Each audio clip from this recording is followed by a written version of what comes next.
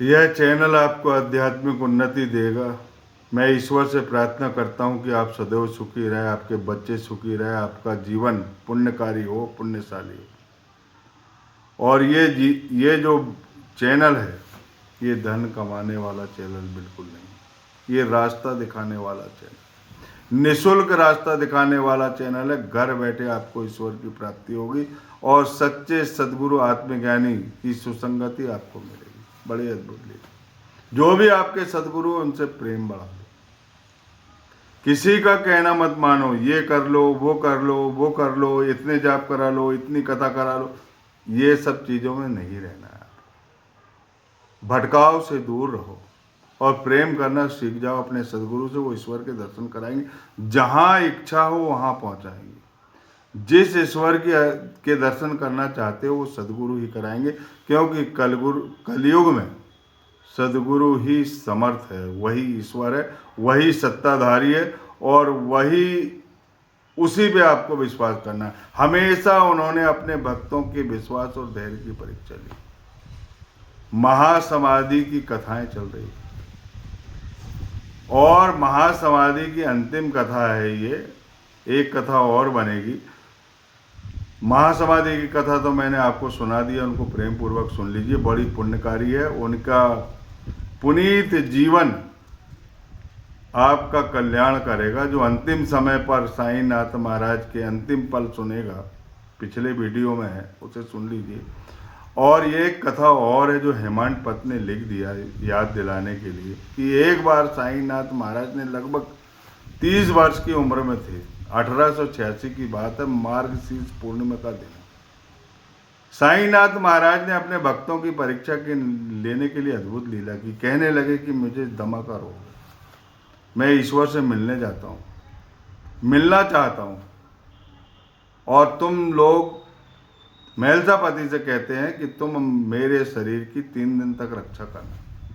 यदि मैं वापस नहीं आता हूं तो इंगित स्थान पर निर्देशित करके बोलते हैं साईनाथ महाराज कि यहाँ मुझे मेरी समाधि बना देना और 2 ध्वज फहरा देना। और वो मार्ग शीर्ष की पूर्णिमा की रात्रि में जमीन पर लेट जाते और अपने सांसें रोक लेते। सांसें रोकने के बाद तरह तरह की कुप्रवृत्तियां, कुविचार, निगेटिविटी प्रवेश करती है। वहां पर लोग बोलते हैं कि ये मर गया है, इसे दफना दो। कुछ लोग शिकायत कर देते हैं, अंग्रेज लोग आ जाते हैं, उनके लोग आते हैं और बोलते हैं कि नहीं नहीं, महामारी फैल जाएगी। लेकिन मैं प्रणाम करता हूं दादा रामचंद्र पाटिल कोते पाटिल को, जिन्होंने निश्चयात्मक शब्द में बोला, जो कुछ महलसापति से साईनाथ महाराज ने कहा है उसे देख लेने दो, बाकी जिम्मेदारी मैं लेता हूं, कोई कष्ट नहीं होगा। मेरे ऊपर आपराधिक केस लगा देना, लेकिन इस विश्वास को, जो साईनाथ महाराज के वचन जो कभी मिथ्या नहीं होते, उन वचनों का पालन करने दो। महलसापति ने अपनी गोद में उनका सर रख के 3 दिन तक, 72 घंटे तक साईनाथ महाराज को रखा और हमेशा जाप करते रहा। जो भी साईनाथ महाराज को प्रेम पूर्वक चाहते थे उन लोगों का झूमर लग गया और भक्ति और प्रेम की तीव्र वर्षा होने लगी। आंखों से अश्रुधारा प्रवाहित होने लगी। अनेक प्रकार के भजन आनंदी लोग भजन करने लगे। साईनाथ महाराज जागो, कुछ बोलो, हमें छोड़कर वैसे ही मत। तरह तरह की कठिनाइयों को पार करते हुए महलसापति ने कह दिया था कि जो कुछ दंड देना है मुझे दे देना, लेकिन ये 3 दिन तक मैं इनकी रक्षा करूंगा। और इसके बाद उन्होंने कहा है कि मुझे इस स्थान पर समाधित कर देना, हम वहां समाधित कर। लोगों ने बहुत परेशान किया, लेकिन महलसापति टस से मस नहीं हुए। गुरु भक्ति की कठिन परीक्षा लेने के लिए साईनाथ महाराज ने यह लीला की थी। उन्हें कोई अल्लाह के पास नहीं जाना था, कोई भगवान के पास नहीं जाना था। उन्होंने अपनी सांसों को रोक लिया था और कहते हैं साईनाथ महाराज ने कहा था कि मुझे दमा हो गया है, कफ की बीमारी है, मैं अल्लाह के पास जाना चाहता हूँ। मैं इस बीमारी से निजात पाना चाहता हूँ। 3 दिन तक तो मेरे शरीर की देखभाल करना। अगर मैं वापस नहीं आता तो इंगित स्थान निर्दिष्ट स्थान को बताते हुए कहते हैं कि यहाँ मुझे समाधिस्थ कर दे। लेकिन नहीं, भक्ति और प्रेम की तीव्र लहर ऐसी प्रवाहित हुई, भजन की ऐसी गंगा हुई, त्रिवेणी के तीर्थ की ऐसी वर्षा हुई वहाँ पर। साईनाथ महाराज 72 घंटे के बाद उनके शरीर हिलने डुलने लगे, उनकी सांसें वापिस आ गई। सारे वैज्ञानिक, सारे डॉक्टर और सारे लोग आश्चर्यचकित हो गए। साईनाथ महाराज अपनी देह में पुनः वापिस आ गए। बोलिए सच्चिदानंद सदगुरु साईनाथ महाराज की जय। मैं आपसे ये कहना चाहता हूँ कि विश्वास होना चाहिए पक्का। थोड़ा सा कष्ट आता है, विश्वास डगमगाना नहीं चाहिए, अपना धैर्य नहीं डगमगाना चाहिए। अपना जीवन, अपनी संतति, अपना धन, अपना ऐश्वर्य, जो कुछ भी अपने द्वारा होता है वो सब अपने गुरु की कृपा से। ऐसा प्रेम करने के लिए, शिक्षा देने के लिए, विश्वास जागृत करने के लिए साईनाथ महाराज ने ये लीला की। इसके पहले 23वें अध्याय में एक लीला और हुई थी, बड़ी अद्भुत। पहले के जमाने में बलि प्रथा थी, लोगों को अज्ञान था, लोगों ने बकरा ले आया साईनाथ महाराज के पास।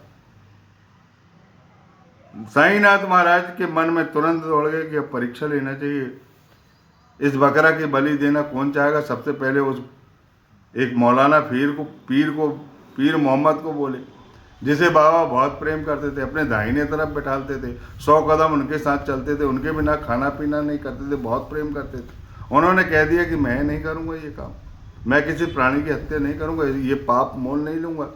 जबकि वो इस्लामिक धन ने ली। इसके बाद माधवराव देशपांडे को साईनाथ महाराज ने बोला कि इस बकरे की बलि दो। चाकू लेने चले गए राधा कृष्ण माई के पास।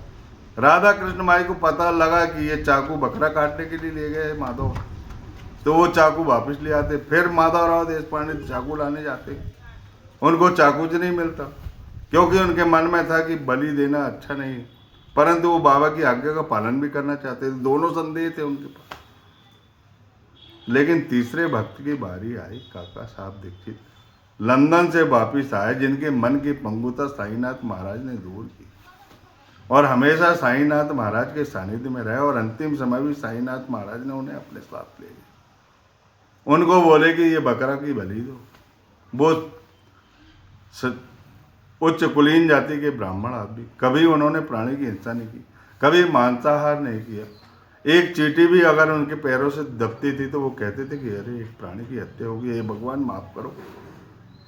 उसके बाद भी वो चाकू लेकर तैयार हो गए और बकरे के सिर पर उन्होंने उस चाकू को रख दिया। साईनाथ महाराज कहते कि बोले मुझे क्या देख रहे, चालू करो, काटो। तब वो कहने लगे, जब वो काटने लगे, छुरी चला ही रहे थे, उस समय साईनाथ महाराज ने हाथ पकड़ लिया। कैसे ब्राह्मण, क्यों प्राणी की हत्या करना चाहते? प्राणी की हत्या करना ब्राह्मणों का काम नहीं। सब में ब्रह्म का वास है, इस बात का ख्याल रखो। उनका हाथ पकड़ लिया। काका साहब दीक्षित की आंखों से अश्रुधारा बहने लगी। बोले मैं खुद बलि दूंगा इसकी, और बलि देने के लिए चाकू हाथ में ले लिया और उस बकरे को पकड़ा कि मैं तकिया में जाकर दूंगा इसको, जहां मुस्लिम संत रहते हैं।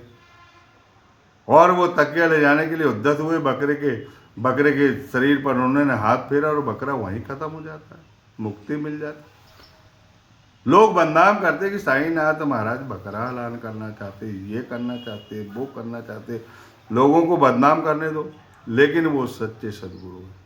उनका द्वार करुणा का द्वार है, उनका द्वार ममता का द्वार है, उनका द्वार सर्वधर्म संभाव का द्वार है। उनकी आत्मा सारे प्राणियों के अंदर है और वे सबके अंदर विराजमान है। वो धैर्य और विश्वास की परीक्षा लेते, उस परीक्षा में पास हो, आपका कल्याण होगा। बोले सच्चिदानंद सदगुरु साईनाथ महाराज की जय। जो इस कथा को पढ़ेगा, जो इस कथा को प्रेम पूर्वक सुनेगा, गुरु के प्रति भक्ति और प्रेम की तीव्र लहर उसके अंदर प्रवाहित होगी। और वह इस भवसागर को आसानी से पार करेगा। उसके सारे काम सदगुरु साईनाथ महाराज करेंगे। बोले सच्चिदानंद सदगुरु साईनाथ महाराज की जय।